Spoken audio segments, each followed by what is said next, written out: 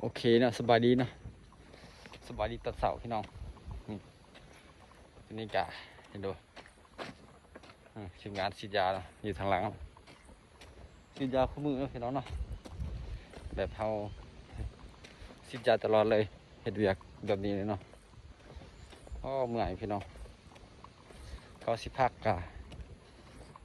ยานว่าแบบวันงานเขาหน่อยเนาะก็เลยว่าเฮ็ดไปนะนับแต่ขอเข้ามาแต่เดือนหนึ่งเนาะ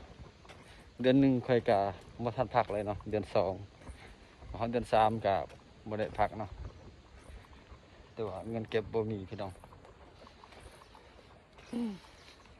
ผมเมื่อยเลยรอว่าวันนี้เนาะตอนเสาร์ฝนตกพี่น้องฝนตกฝนฟอยเนาะ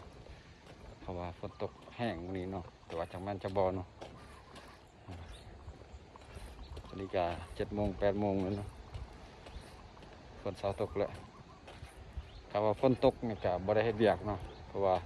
เขาฉีดยานะครับให้ฉีดยานะเตาฝนตกมาพี่น้องเนาะเอามีหยังกะสามารถเข้าไปเบิ่งแล้วก็คอมเมนต์เนาะในช่อง YouTube